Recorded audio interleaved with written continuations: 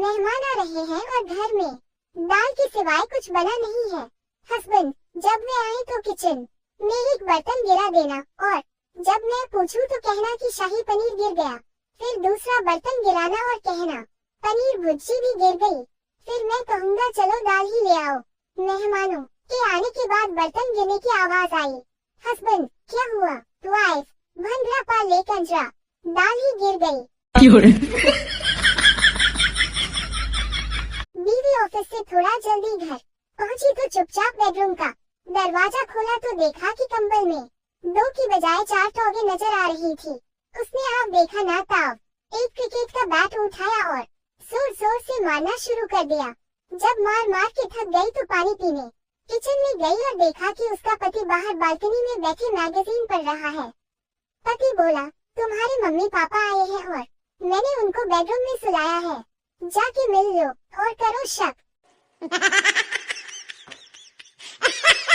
बच्चा, मम्मा में कैसे पैदा हुआ? माँ, मैंने एक बॉक्स में मिठाई डाल कर रख दी थी। कुछ दिन बाद उसमें से मुझे तुम मिले। बच्चे ने ठीक वैसा ही किया और कुछ दिन बाद जब उसने जा कर देखा तो उसमें एक कॉकरोच था। बच्चा गुस्से से दिल तो करता है कि तुझे अभी चप्पल से मार दूं पर क्या करूं? औलाद है तू मेरी। एक बुजुर्ग ने सुनने की नई मशीन लगवाई। नई मशीन छोटी थी, आसानी से दिखती नहीं थी। एक हफ्ते बाद में फिर से डॉक्टर के पास गया। डॉक्टर, कैसी चल रही है नई मशीन? बुजुर्ग, बहुत बढ़िया, अब मैं अपने सारे रिश्तेदारों की बात अच्छे से सुन सकता हूँ। डॉक्टर, तब तो आपके रिश्तेदार बहुत खुश होंगे। बुजुर्ग, नहीं, मैंने उन्हें बताया नहीं। मैं पहले की तरह बैठा रहता हूँ और वो पहले की तरह मुझे बहरा समझकर बातें करते हैं, इसलिए एक हफ्ते में मैं 3 बार वसीयत बदल चुका हूँ। साड़ियों का रंग जाएगा नहीं, गया तो पूरे पैसे वापस। ये बोर्ड पढ़कर कई महिलाओं ने साड़ियाँ खरीदी। घर जाने पर पता चला कि साड़ियों का रंग तो बेहद कच्चा है और जरा सा पानी लगते ही उतरने लग गया है। गुस्से में तमतमाई महिलाएं दुकानदार पर बरस पड़ी। बोली, आपने हमारे साथ धोखा किया, हमारे पैसे वापस करो। दुकानदार ने महिलाओं को बोर्ड ध्यान से फिर पढ़ने को कहा।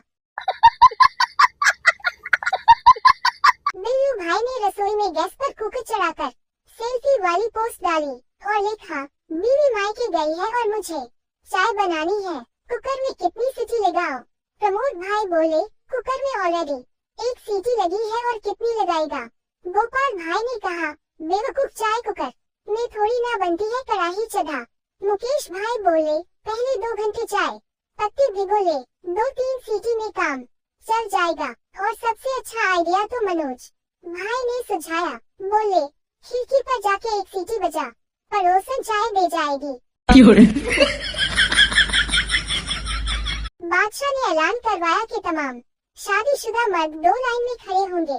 एक लाइन में वो जो बीवी से डरते हैं और दूसरी लाइन में वो जो बीवी से नहीं डरते।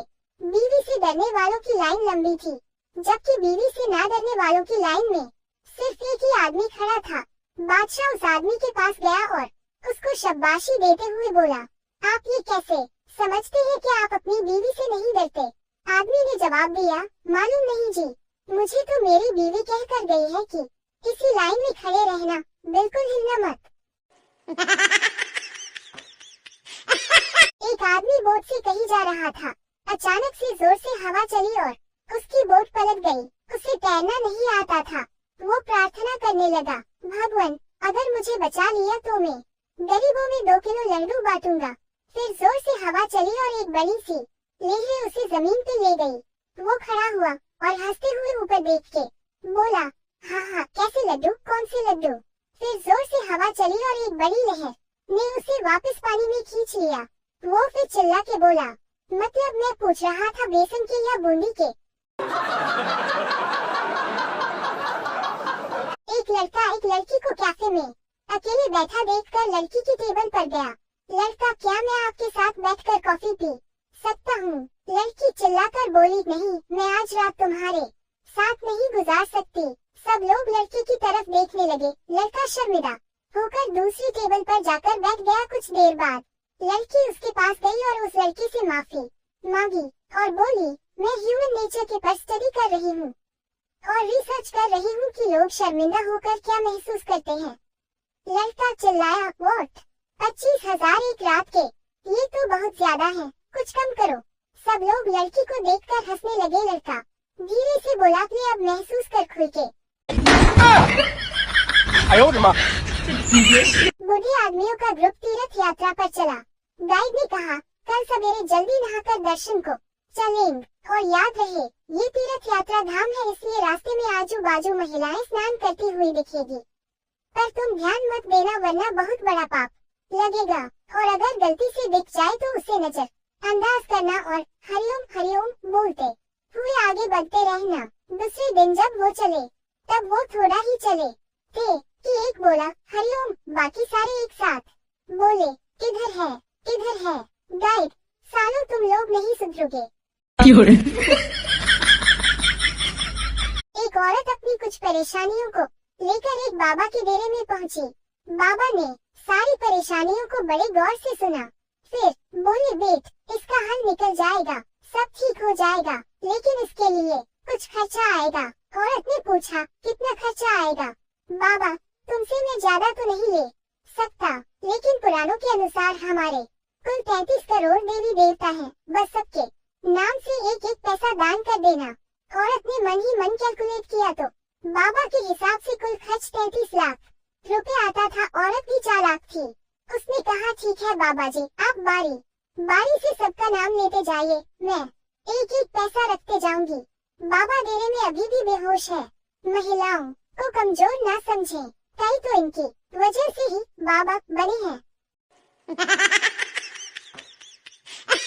पुराने जमाने में राजा युद्ध करके वापस आता था तो एक आध रानी को भी ले आता था और पटरानी चुपचाप सहन कर लेती थी। पर आजकल ड्यूटी से थका हारा पति एक पगवा भी ले आए तो घर में युद्ध हो जाता है। घुटने पर से फटी जीन्स पहनने वाले लोग वास्तव में समझदार होते हैं, क्योंकि वे जानते हैं कि दिमाग को हवा लगती रहनी जरूरी है। सर्दियों के मौसम में अपने बच्चों को ड्राई फ्रूट्स खिलाएं, वरना डॉक्टर के बच्चे आपके पैसों से खाएंगे। अस्पताल में सारे पागल रो रहे थे। एक पागल चुपचाप सोया था। डॉक्टर ने पूछा, तुम क्यों शांति से सोए हो? पागल बेवकूफ, मैं मर चुका हूँ, इसलिए तो सब रो रहे हैं।